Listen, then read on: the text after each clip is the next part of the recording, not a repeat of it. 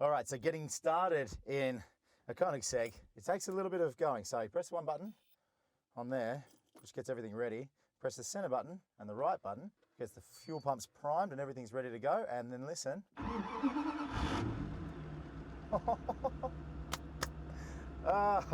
All right, here we go.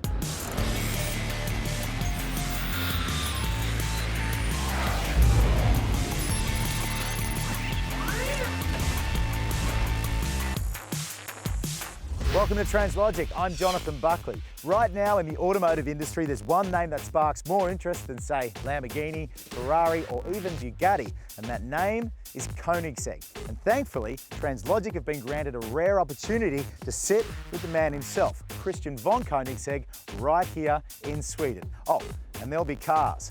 Beautiful, fast, glorious cars.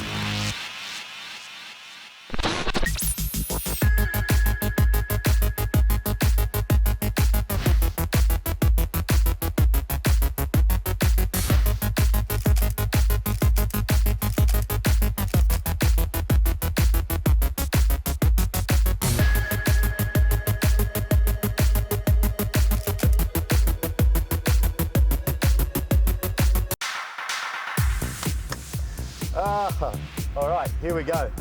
V8 supercar, paddle shift, into first, foot off the brake.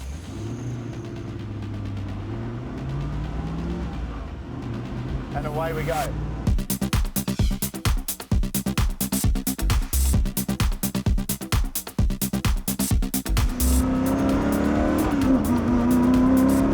All right. Now, I don't know if you can hear, but it's really, really raw inside this car.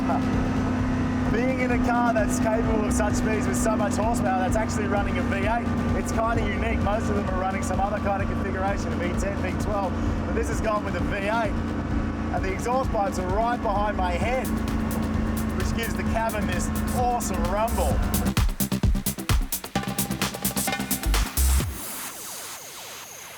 Well, we've found ourselves right here at the impressive Koenigsegg headquarters in Ängelholm, Sweden, with the man himself, Christian von Koenigsegg. You've managed to start a supercar company that is growing in leaps and bounds. I guess it's not the easiest thing you can do.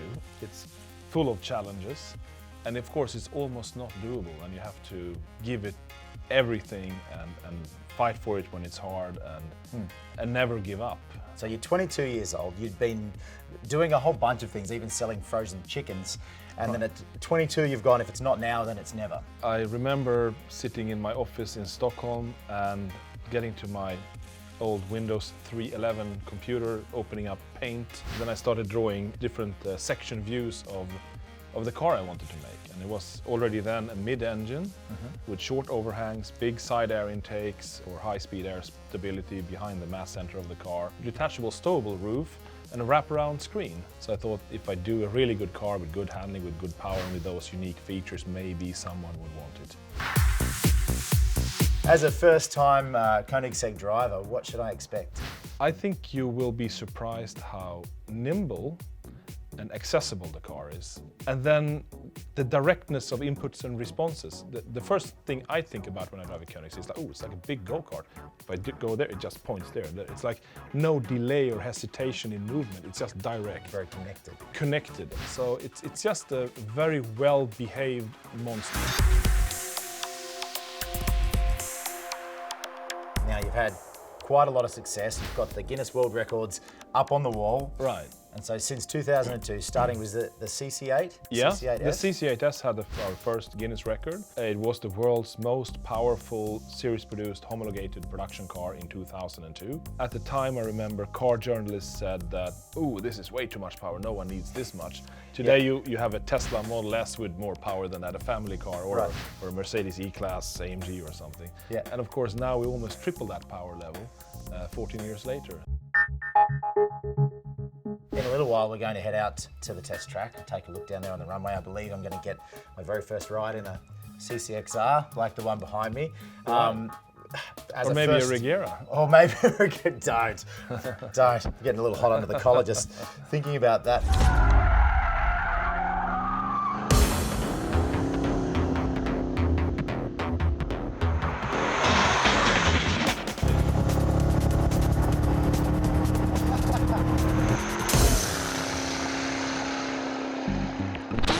point do you think that the serious players in the automotive world sat up and went, who's this guy and what's he doing? I think we really made our mark with the one-to-one. That is the project we put the most effort in ever, and just pushing the limits in every direction. Getting to this fantastic number of 1 horsepower per kilo of car with 600 kilos of downforce at 250 kilometers per hour. The performance on that machine is just staggering. Yeah. And I haven't driven anything that comes close. From a design perspective, you can see the evolution of your cars. They've kind of got the same DNA, even right back to the very first one. Very much so. Yeah. Has it ever been tempting to make a massive departure from that? Yes, I mean, for example, when we went from the CC8S to the CCR, that was the same platform car. It was a revamped, more extreme version of the CC8S. But when we did the CCX in 2006, that was from the ground up a new car. We took the drawings we had on the CCR and they said, okay, let's make the chassis a little bit bigger, a little bit taller. We put in all the US safety regulations and emission standards. The philosophy I had was to make the cars recognizable as a Koenigsegg and only change features, design or technical aspects if it makes the car better. We have a CCXR behind us here, which is from the CCX family. This is an 8-year-old car. It's a little bit like Porsche with the 911. Yep. They don't follow trends or anything, they just make the 911 of the day and try more or less to change as little as possible because it's supposed to be a 911. I think that's what we're about as well. Now that I've got a little bit of heat into the engine, let's see how she feels when I give it some. Oh. Violent. It is probably the best way to describe what I'm feeling right now. All right. Well, that was exciting. That's one run down.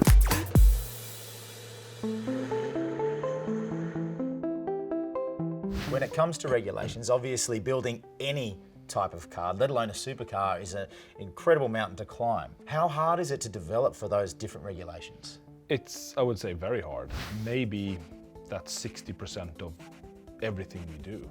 And so now you have, for the first time in your history, 2 models being built concurrently. So Right. you have the Regera RS, Yes. and now the Rigera being built at the same time. Right. What kind of challenges does that raise? Well, it multiplies the challenges to a certain degree. On the other hand, we never had so many resources as we have today. So I think the short answer is I always want to make every day a challenge. Some people may not know, but the Koenigsegg's are built 100% here in Angleholm by hand. Looking around the factory and sort of seeing what you guys are doing, you're involved in every single part of the car. Yeah, it's probably the most in-house created and built car in the world, I believe. Now I'm currently in sport mode, which right now there's a little bit of body roll when I turn side to side. But on the next run, I'll change that slightly and stiffen it up in track mode. There's those brakes again. And it's hard to tell you what's more impressive, the power of this thing or the braking force. Carbon ceramic brakes, which just wants to pull your neck off your shoulders when you change it. Whew.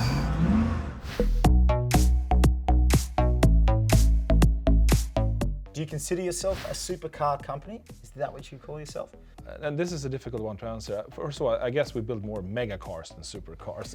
I wanted to touch on that because we've gone from supercars and then we've gone to hypercar and Exactly. then just going through some of your website, I saw for the first time megacar. Cars with over 1 megawatt of power. At the same time, we're a technology company. I mean, we develop a lot of technology for our cars. Does that include the Freevalve technology that you're talking about? So Freevalve is a sister company to Koenigsegg. Yep. It won't do much for an EV, Yep. but for good or for bad, it will prolong the life of the ICE engine and making it competitive to the EV. Right. And making it much more environmentally friendly than it ever was. So if, in the most basic terms so that we can understand, exactly how does Freevalve work? We have created an actuator which individually, with the help of the engine controller, can control the movement of each valve, Right. when they open, how much they open, how long they stay open. So we can open it, hold it still there, breathe much more, and then close it faster. And the idea of having what we call free valves is old. First of all, you needed computer power to control it, and really good computers. So about 10, 15 years ago, they were not good enough. On top of that, you need a mechanically sound, well-functioning actuator that doesn't make a lot of noise, that's repeatable, that's reliable, that's measurable, that doesn't consume too much energy, and doesn't wear out. Yeah. And ticking all those boxes turned out to be really difficult. So are the OEMs coming to you now for this type of technology? Yes. The biggest kind of buzz that I hear about Koenigsegg right now is the Regera. It's absolutely stunning to look at. People would look at it and go, oh, it's a hybrid, but you don't even call it a hybrid. We came up with this idea of making interconnected hybrid, but where we have the combustion engine, giving power directly to the rear wheels, but removing one of the most complex, expensive components in a car, which is the gearbox. Right. And then adding on electrical motors onto that system to give more torque, regenerate energy, give torque vectoring, and compensate for having no gears when accelerating. By doing that, we created the world's first car who can be driven on the highway with only the combustion engine to the wheels with no gearbox in between. So to me, that was a more beautiful solution, and it turned out to work. The Regera is here. How often does this come out? Do you bring it out very often? Yeah, this is our test prototype car. Okay. We do a lot of adjusting, tweaking, and development with it, so it's out basically every day. All right, well, let's have a look. Yeah, it's very, very smooth car as it takes off electrically, basically. Sounds a little bit different. Yeah, so this is being propelled by the electric motors right now. Exactly. And now I go into direct drive mode. When I push this, you can feel it locks up. Locks up. Yeah. You can do it automatically or manually. So now we're in direct drive. Yep. And if I push here, we open it up. And now the engine can spin freely.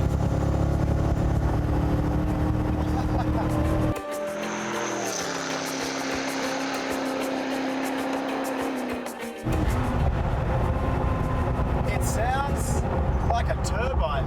Right. Back there, you got this whistle. Was it turbocharged or supercharged? It's turbocharged. Turbocharged, so that's the turbos we can hear spooling up? Yeah, that's the turbo spooling up, correct. Wow.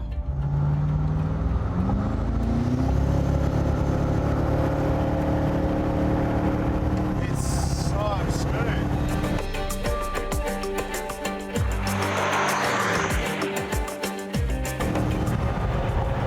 Yeah, it is. It's so easy to ride. It just goes like a rocket ship. Now I know with the CCXR, the engine was mounted directly to the frame, but Yeah. in the Regera it's slightly different, yeah? Yes, you hear less of the mechanicals of the engine inside. Okay, so you have them mounted to the frame with, it's like a variable damper, is it? Yeah, it's a variable kind of metallastic damper. Yeah. Well, that's just incredible. I never thought that I would be able to come out here to Sweden and get a lift in the car with the man that built it. A car that is being talked about probably more than just about any other right now, I would think. Yeah, it's something we're very proud of.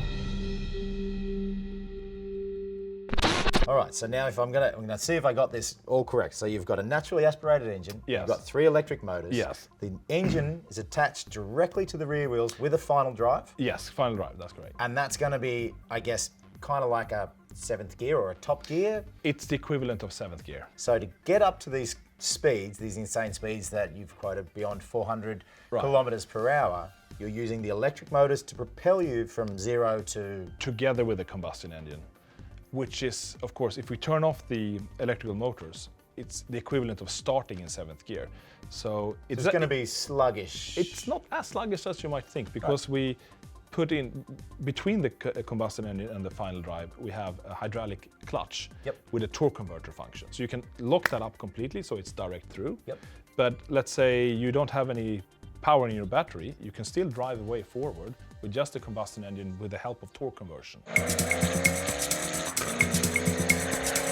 So now we're getting up to the kind of 400 kilometer an hour end of the stick. Now people have been there before, the Bugatti Veyron. Absolutely. I believe that the Bugatti Chiron may continue going to a high top speed, but you've been quoted as saying it's first to 400 is what counts. So exactly. So what we've noticed is that chasing the ultimate top speed actually start sacrificing a lot of other aspects.